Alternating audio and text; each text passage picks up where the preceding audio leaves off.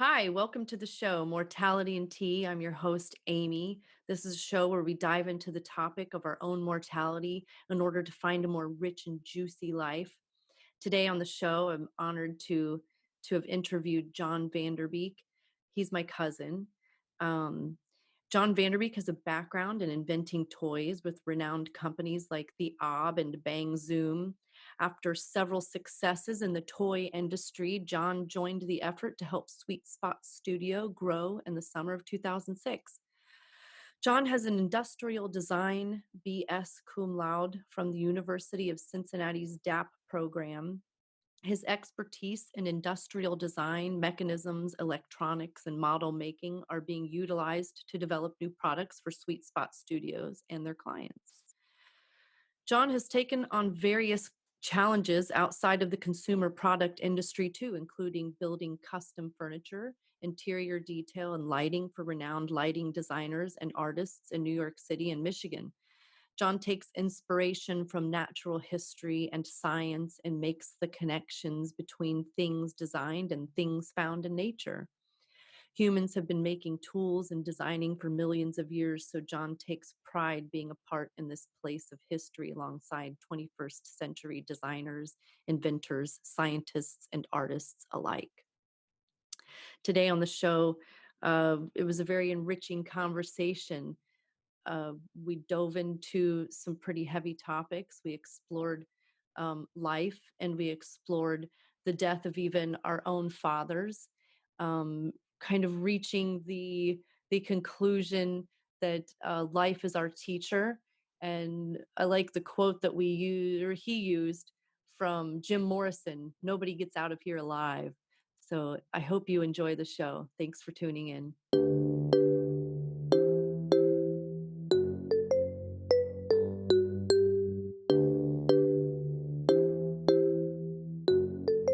Mortality and Tea with Amy. Hi, Jon. Hi, Welcome to the show, Mortality and Tea with me, Amy. How are you today? I'm doing great. Thanks for having me. I Uh, love your new show, Thanks. Thank you. I appreciate that. Yeah. So and how I'm are you so feeling? honored to be one of your first guests. Yeah.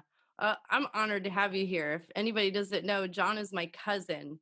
We've grown up together, picked on each other, so loved each other too. We've never not known each other because we were both born in 1977, That's right. You were a little bit before me, so but I don't remember those few months.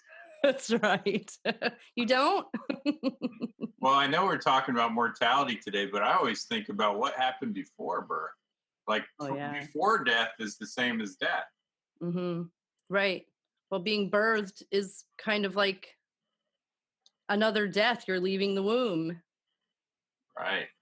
So yeah. I What the always thought that would be the most shocking. That if you could remember that time, hmm boy, would that be the worst time of your life when you're born, because everything's hmm perfect and warm and cozy, and you just see a little bit of light, you hear all these muffled sounds, and you're just everything's perfect, and then boom. Well, no wonder why they're crying when they come out. It's Right, right. horrible. and Probably be then you horrible. and then you're exposed to all this life that it's horrible, all this Yeah. stuff. So yeah, it's a real honor to have you on here, Jon. Thank you for being my second guest. I really appreciate that a lot. Well, I think it's a neat subject to talk about. hmm Not enough people feel comfortable talking about death and hmm talking about life, Yeah. death, the transition between. And I think it's a great thing that you're making it more comfortable. Thank you. And just to tell the listeners, both of us have gone through a few things over since starting when you were 16. Amy lost her twin sister, hmm and we lost her together. I'll never forget that phone call hmm from my dad telling me what happened, hmm and then recently our dads were like best friends since they were babies. They were Right. always cool, like friends, not just Uncle Larry and your Uncle Don, my dad Don, but they were like good buddies. But then they died within 6 months of each other, and Right. and we've had a little bit of tragedy amongst us, you especially. And so I think this is good. I think that influence is probably why you're starting this podcast too, Yes, because it probably helps you deal with it, right? it does. Well, and in an odd way, death has been a gift. It's helped me live a more full life. And so, and it really challenged me to contemplate my own mortality, which is what the show's about. And in that space, I was able to, I really wanted to live. Like I really, really wanted to live, not just this day-to-day routine, but I just wanted to grab life by the lapels and just be like, yes, I'm going for this ride now. So death is a gift. It's a reminder that uh, death is inevitable. We're not, we are finite people, individuals, living beings, and just go with it. I So, actually I had a weird guilt after my dad died for feeling good in a way for two things. For mhm, two things I felt good about. I felt good that his suffering was over. And mhm. I felt very good about that and I felt guilty for that. Because your Um, dad had cancer. right, because he had Yes. cancer and he was suffering. And so I felt relief when he died, which was something that you actually kind of feel guilt for a little bit when you're going Mhm. through that. I know that it's I shouldn't feel guilty, but yet you do. You do, and because you shouldn't be happy when somebody dies. But Mhm. I was happy that my dad's suffering was over. Mhm. Um, but anyway, Which was part of your suffering too, is that correct? You were suffering watching him suffer, so that's right. And the other part is that he helped me, like you were saying, he helped me realize like that I'm alive now and that we're here to live our life. And to mm, see somebody else lose their life gave me strength to know that I'm here to live my life. So it actually made me happier in life. And that was the other thing that was a guilt. I got two weird guilt things from when my dad died. And sure. it's both for kind of feeling good Mhm. about, hey, I'm still alive. And now I get to like live for my dad too, because he died a little too young. Mhm. And so I feel drive. I feel like there's certain energies that I carry that my dad had that I owe him to give those energies out. Like the way Mhm. you knew my dad, the way he was, Oh, yeah. and he was a fun, gregarious guy. And so now when I go to the grocery store to check out, um, I try to remember to make that grocery clerk smile because that's something my dad did. Like he would make the regular person. It didn't have to be somebody he wanted to engage, like some woman that he wanted to take out or a client he wanted money from or something like that. It's just because that person was there in front of him, he wanted to charm him and make him smile. Yeah. And Yes. that I want to do that too. Like I'm not as gregarious as my dad was, but he inspires me to be that way. So that's what's kind of neat when you see somebody that's gone now. You look at the ways they were and those strengths that you remember about them, and you want to bring those back. I felt the same Mhm. way when your sister died, and I still Yes. feel like I'm reliving a lot of her ambitions every day. I started writing poetry when she died. I Yes. started painting watercolors. I had an explosion of creativity when Carrie died, and and then when my dad died, same thing. It's really interesting how the death kind of gives you energy and life and happiness, believe it or not. So yeah, I still cry when my dad dies. Like when I think about when my dad died, Yeah. I still will cry. I'll just tear up completely.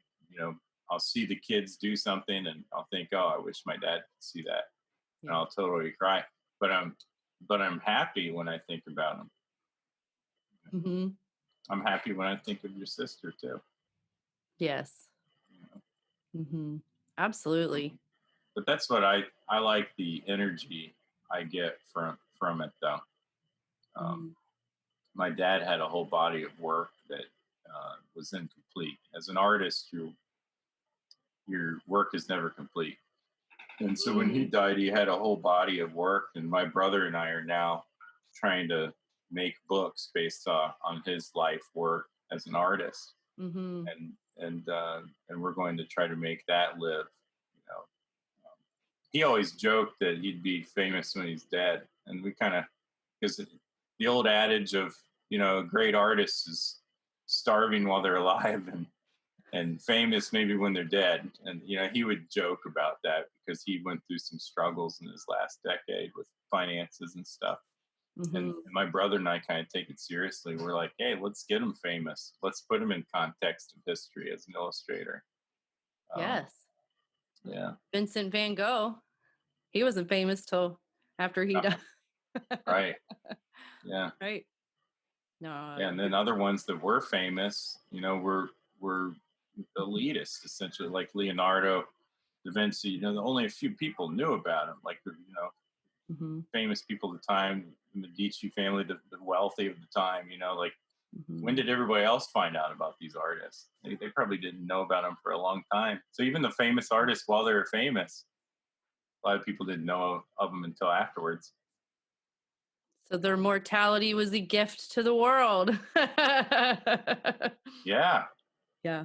Well, that's kind of what mortality is.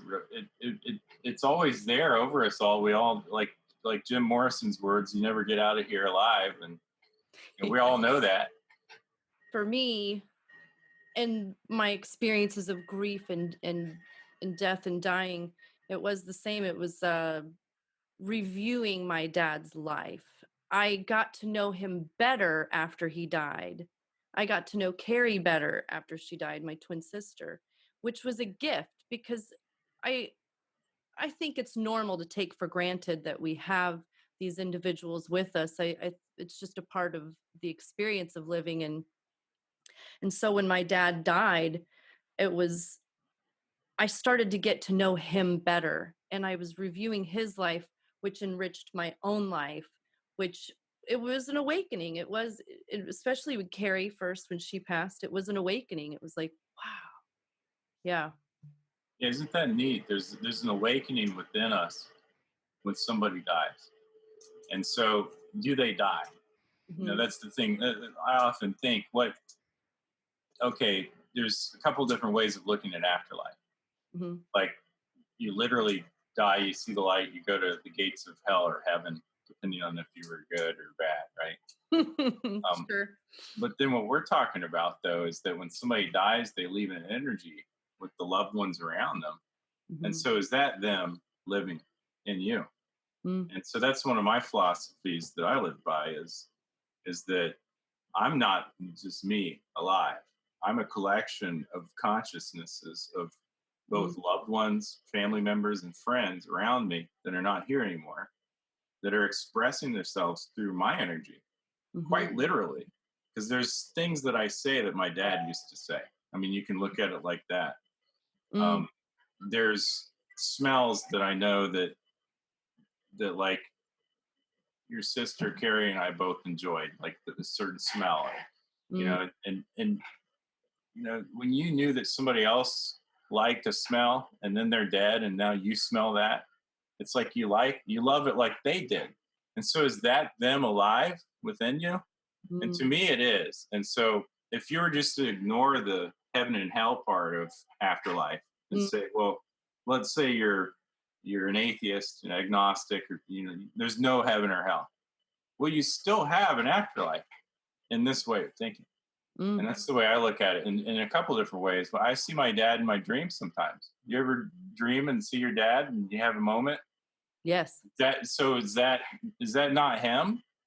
Mhm.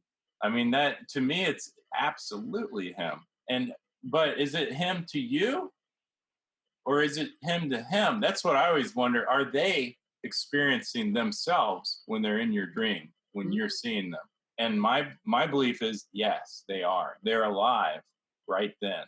Because Mm. that is your life. Your life is your spirit and who you are. The way I see you, it's like a different person than the way you see you, Mm. but yet it's you. So Mhm. that person in your dream, when you see your dad in that dream, that's to me, he's living. You just brought him back to life.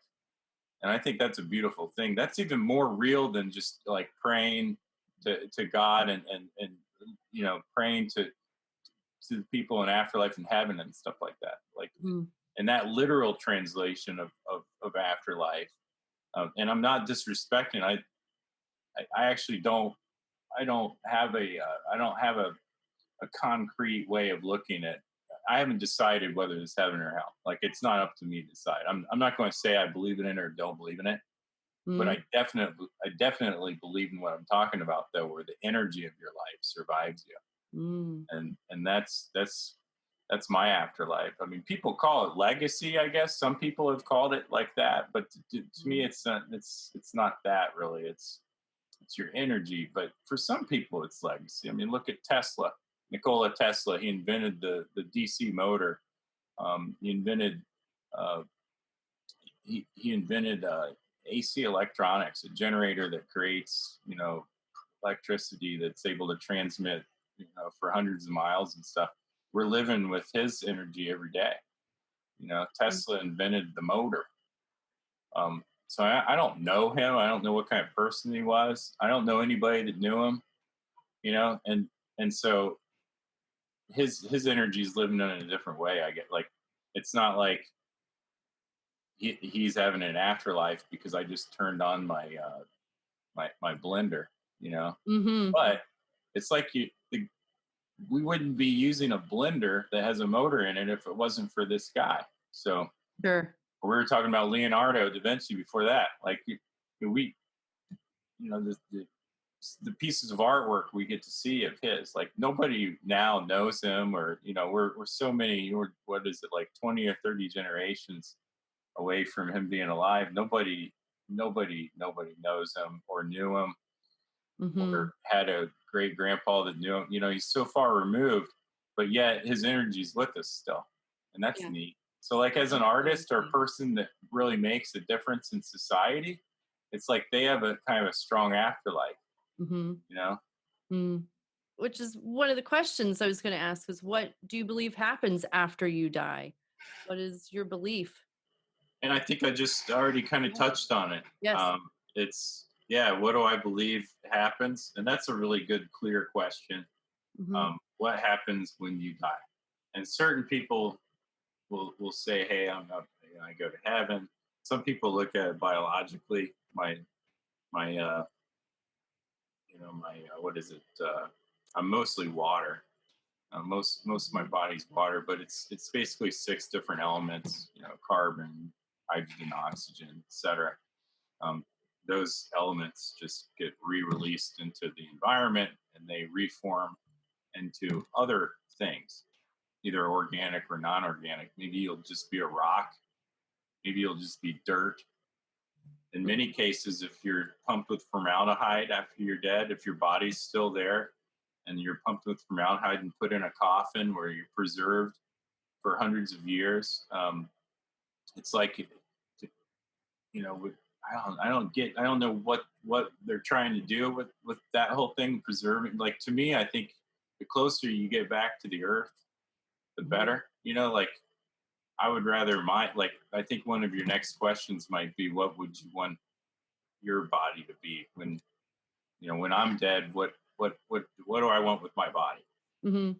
And so I'm segueing right into that because it's related. But for me, I would like to. I would just like.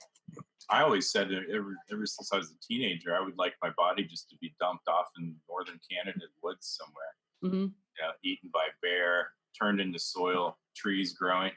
Like, to me, Mhm. like the quicker return to nature and the reconstitution of your elements into something else, faster the better. Mhm. This whole thing of poisoning the elements that are in you with formaldehyde and trying to preserve yourself isn't the best way to do it with the earth. I respect people that do that because it's traditional. Um, there was a reason why they started pumping bodies with formaldehyde way back then. It's so Yeah, on it the way started with the Civil War.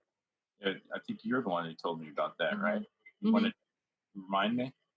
Yeah, around the time of the Civil War, the bodies were decomposing before the families were able to get the body back and have a burial. And so they needed to find a way to transport the bodies along a long journey back to their home. Oh, So neat. they found formaldehyde. So it really hasn't been, it's not been that long of a tradition. And it's not really, well, this is my opinion, it's not really necessary anymore. Unless you have to transport the body a long distance, but it doesn't take days and weeks to. Right, and that gave their families closure. So it was really important because they did. You would almost not believe, did my uncle die? Did my husband die? I don't know. I didn't see the body, but they Mm, innovated it and they put formaldehyde in it so that the family could have that closure. And yes. and yeah, do we need it now? That's probably another podcast discussion. Mm, Um, but as for we're me talking, yeah. personally, the last thing I'd ever want is to be put in a coffin or to be preserved in this form. Because this form, the moment I'm dead, doesn't matter. It's just Mhm, another piece of earth. It's just molecules. mhm, The DNA isn't even really intact anymore mhm. after a while. But so yeah, that's where I am with that. I uh, I would like to be tossed into the woods somewhere. Okay, for like your burial. So let's go to your death, shall we? Let's take Yeah. the adventure. And I saw that, just for viewers' purposes, I saw you didn't have tea, but you have espresso. It's Ah! special. It's coffee tea. I mean, if you think about it, what's the difference between coffee and tea? One is like just a bunch of grass that you put in hot water, and then That's just a bean. this is just beans A that you put in bean. hot water. It's all the same thing. And they make tea out of mushrooms and stuff that's not even tea, and they Mhm. call it mushroom tea. So why can't I call this coffee tea? Well, you can. I just did. Dude, Cheers. trademark it. I'm empty. Can you refill this cup for me? Does that come with the podcast? Free refills?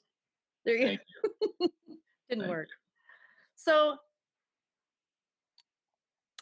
take me on a journey of your ideal death experience. You're on your deathbed, however old you are, where you are, but um I try to keep in mind the, maybe not the sense of taste unless you want to go there, but the other four senses, your sounds, smells, touches, and sights.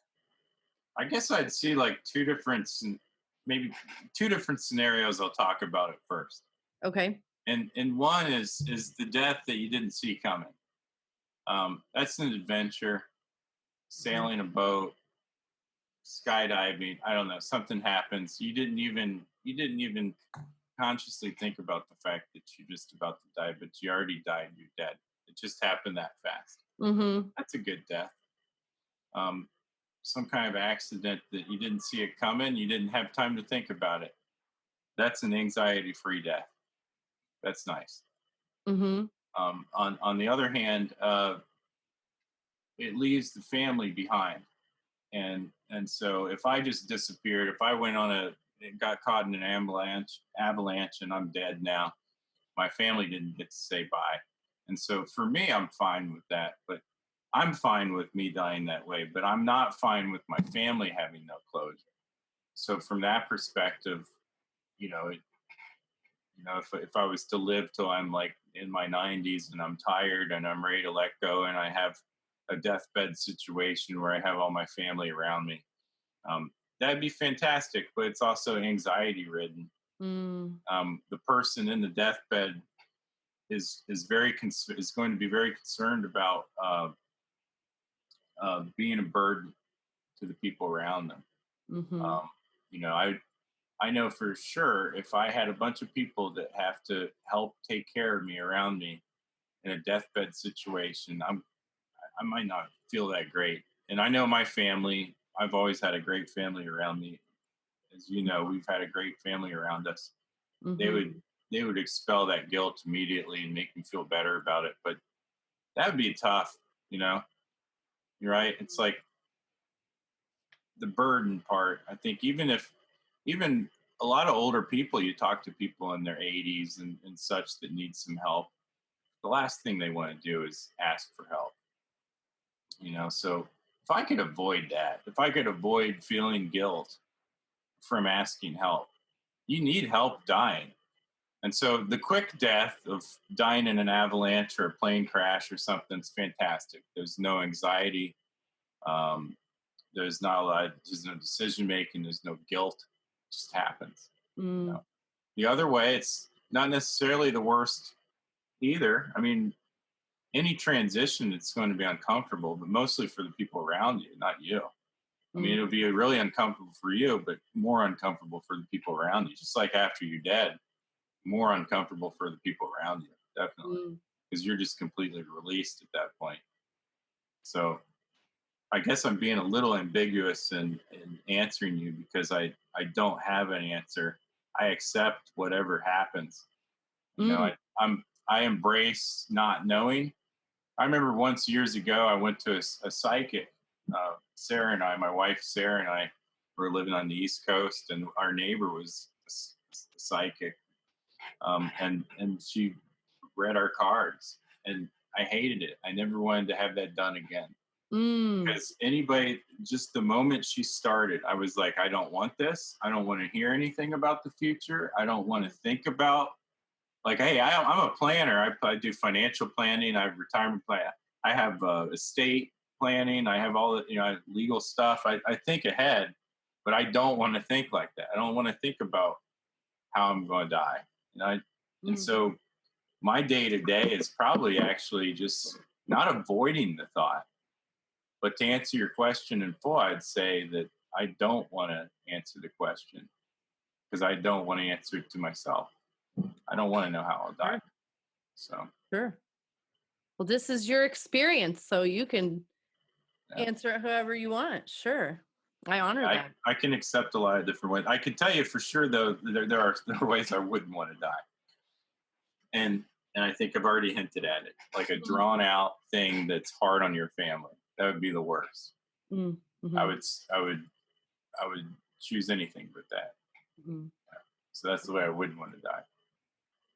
Is there anything you would want done with your body in that moment before the funeral? Like just in that moment, just as you have taken your last breath, you've exhaled, your energy is per you, uh, your beliefs on the afterlife. Whatever not to cut you short there, but Mhm. whatever my family thinks appropriate is what I would like. I Okay, At that point I don't care. I don't care after I'm dead, it doesn't matter. sure. At that point my body's not mine anymore and it belongs to my Mhm. family. Beautiful. Yeah. I Thank mean it you. really belongs to the earth, but the people that care about my body are my kids, my wife, my cousin, my brother, people around me. They'll care. They'll be concerned about what to do with my body. Sure. Um, and I don't have any concerns after that point. I'm concerned about what I'm doing up, when I'm alive. And then, of course, I did say that I was concerned about not being like preserved, but that's Mhm. more of a philosophical thing with regards to sustainably living on the planet Mm. and dealing with resources properly. It's less to do with me. You know what I mean? Like Mhm. I'm, I become just resources to the earth at that point. So Gosh, it'd be fun to do another podcast about funerals, burials, um, and stuff like that. Because that's a whole other topic, well, man. I care about, Sure. like I actually want a tombstone. I just recently discovered this because I found at our great grandfather Jon Vanderbeek's gravesite, which is just up the road from us here. Mhm. That there's actually a space there next to in his plot where his stone is. Mhm. And I thought, well, geez, I want to be over there, But do I want to be there? My body, I don't care. What I want there is a stone that when future generations come, they can look at a family tree of sorts on a stone and say, oh, there's my grandpa Jon Vanderbeek with his great grandpa Jon Vanderbeek right there, Mhm. and you see the line. And so lineage and ancestry is important to me. My body being there doesn't really matter to me because it doesn't affect it. But somebody a stone, having a sort of burial like thing, like at a cemetery, it's important to me. So you really value your lineage and ancestry as Right. I don't value my body being in a cemetery, but I value the lineage and tradition and ancestry. okay. And so that seems like, a lot of people that believe in burial and stones and stuff like that. It, I have like mixed philosophies here, but I'm very strong. We come from a strong family of people that have been important to their family for generations, like Mm-hmm. for over 10 generations. I have Revolutionary War roots. We have Civil War roots and stuff on the Vanderbeek side. Mm-hmm. We've had so many generations of family that stuck together. Um, that's a rich heritage, and I'm very, very proud of it. So you really value the heritage. Yeah. Mm-hmm. Well, because just like you're a loving mother and wife and a loving mother of your kids, Thank you. and you're a loving family member of mine, and we're a tight family. We believe in being close and getting along. Mm-hmm. That comes from hundreds of years of that behavior in our roots, and I think that's a Mm-hmm. beautiful thing. And it's very related to this topic of what happens after you die. Because what Mm-hmm. happens after you die, you're not here. You're the same as your great grandparents that you never knew. Mm-hmm. Yeah. I never knew my great grandparents. It's really neat finding out about them, though. Mm-hmm. The next question is, and this could go for any time, really. For me, I find it an enriching question to even ask myself daily is what if I were laying on my deathbed, or even if today were my last and final day? Is there anything I would regret, or is there anything you would regret not having done in your life? I don't really have regrets. Like, there's a couple things I feel a little bit bad about, but I live my life according to trying to live towards this future of the goal oriented future. So, what do I want to achieve? And so I already know there'll be regrets along the way, and I just don't want to think about it. I just avoid it, I guess. But I have a few things. Like I felt guilty about little tactics I've done, like with the kids, trying to discipline them. Mhm. Like, I guess one of my that just shows you like what kind of blessed life I've had, where my worst regret is just far from anything you should even feel bad about. I've always done things according to following my bliss and respecting others. So Mhm. what's to regret when you're living by those actions? Which you've answered my other question too, which is what moment or moments have you most regretted in your life? Um, for me, not that this show is about me, but my my regrets have to do with my kids too. And I've Yeah. heard that from other people, so that's why I offer that. Is that Anybody that's a parent is going to have some guilty things. As parents, you're living with human beings that have faults, and you have faults, and you're supposed to be the one that is always right, mm, and you're not. part of the human condition and human experience? Yeah. So I'm lucky though. I mean, I feel that way. I feel like I don't have many regrets because I've always lived my life according to action. When I have an idea, I do it. I I I serve that need inside myself to deliver that result to myself. If I have a dream, if I have an idea, I go after it. And I don't regret not making it. I mean, geez, most of the stuff I ever do never makes it. I'm a Mm, professional inventor. I've built thousands of prototypes of complex mechanisms and things I've tried to sell. Most of them, the vast majority, we're talking thousands of them, never went anywhere, never made it, mm, never saw a store shelf, you know. mhm. Um, and that doesn't make me feel regrets. I just want to get that next one because I did make a few. A So, few things made it. so do you value your mistakes? Oh yeah, I mean the mistakes like that. I mean, if again using the analogy of my invention library, what kind of inventor sells makes 3,000 inventions and sells every single one of them, that would be 100 billionaire inventor. And Mm, that, there are inventors that have made it to those kind of heights, like Bill Gates. mm, Um, and but all of his inventions didn't sell either. It was like one good one that took off, of probably many, many ones. mhm. Software related stuff. Um, so yeah, I'm always just plunging forward, and I think if people live by that, they won't be bothered by their regrets. You can't be bothered by the regrets. You just got to keep forward focused and chase after whatever you want. If something made you feel bad before, chase after something the next time. Learn from what made you feel bad before. Avoid the regret. I think regrets, all that kind of psychology is really important in the human psyche. It keeps us Mm, directed. mhm. It keeps us pointed in the right way. If you didn't feel bad about something, you'd keep doing it that way. Thank you for that. That's such a good takeaway for this conversation. Um, Thank you for that. Oh yeah. That's a I speak for myself, and I know for many others that I've had conversations with, that regrets can really, they can eat you alive. Well, yeah. I guess yeah. If you have regrets that are eating you alive, I think you can just try to readapt the way you're looking at that, and just Mm. you really do have to look at it as learning experience. They say live and learn.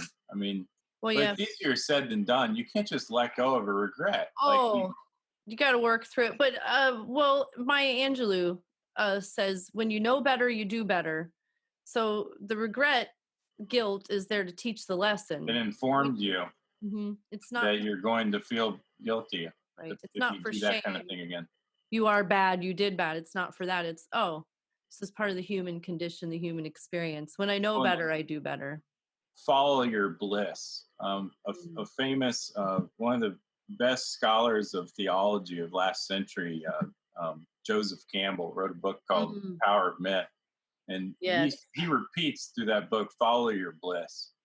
And if you're not religious, like I'm not religious, um, you'll look at a theologian like that who's studied every single religion in history and taken away a few things. And the Mhm. one takeaway I got from him was follow your bliss. And what's Yes. that mean, to follow your bliss? That means if you love something, if you want to do it, and you're a 17-year-old and your teachers are saying, no, don't do that. You got to become a doctor or a lawyer. Mm. But you have something that you care about, Mhm. you'll do far better in something that you care about than doing something you don't care about. The best doctors and lawyers out there are the ones that followed their bliss and ended up Mm. as a doctor or a lawyer. And they're the best doctor and lawyer in the world or something because Mhm. they followed their bliss. They Follow their followed something they're bliss. interested in. And Yes. so follow your bliss, follow something you're interested and passionate about.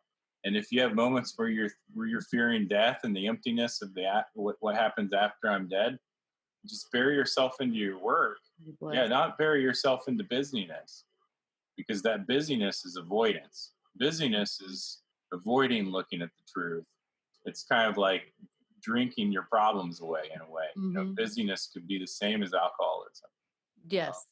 Yeah. but uh, The but different kind. following your bliss and passion, and create, like for me, this here's my passion. I have a CNC machine shop here, 3D printer lab. Yeah. I Yeah. create the next Star Wars toys, the next Paw Patrol toys. We're recognized as top 100 influencers in the toy business, Yes. um, and Congratulations. that happened after working in the business for more than a decade and a half. I have not been having that dark kind of feeling of fear of death since I've been very busy with my work. Mm. I really haven't, like, especially now with kids too. That's helped, I think, because I do believe that my afterlife is through my children and loved ones and friends and family. Again, if I wake up in a dream, like if I die now and I wake up in your dream someday in a couple of years or something, that's freaking great. I'm happy with that. That's good enough for me. I'll do it. Yeah. I'll But do it. I'll but wait you till know my what? birthday. What happens to me after 2 generations? Nobody knows me anymore. Mm. Mhm. A lot of people want to live on through their work or something, like maybe I'll have some big invention and people, like Nikola Tesla, maybe some kid will be playing with some kind of thing that I invented, but that's far fetched, and it's not going to make me live. What makes me live is now, what I'm doing Right. now.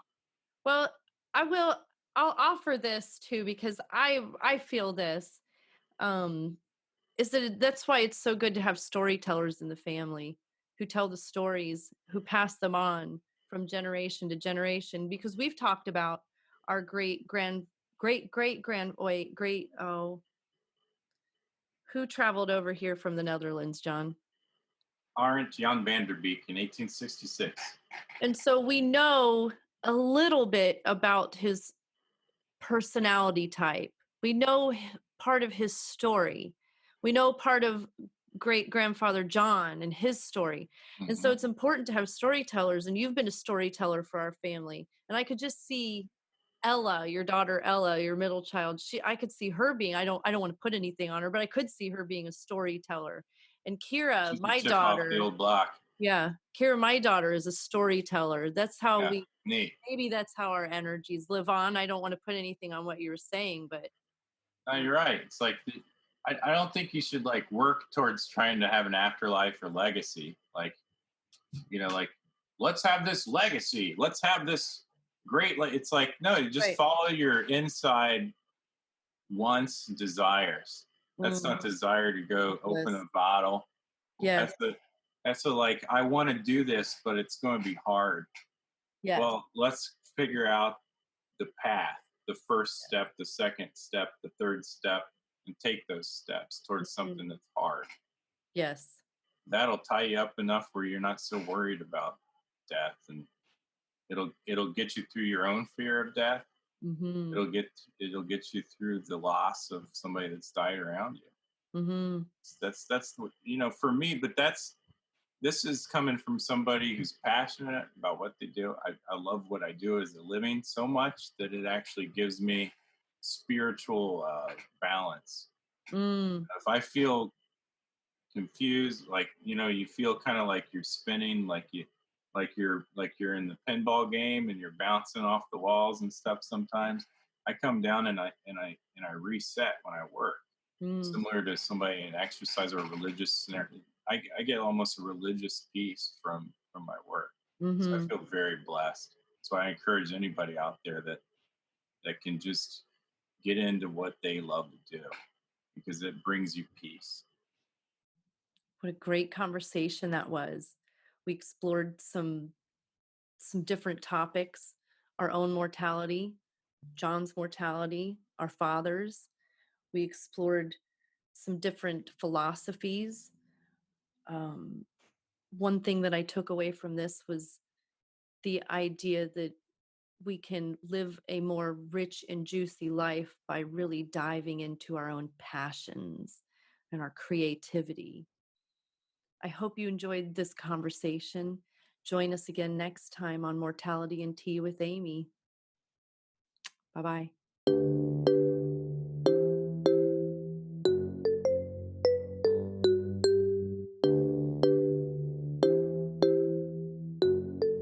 Mortality and Tea with Amy.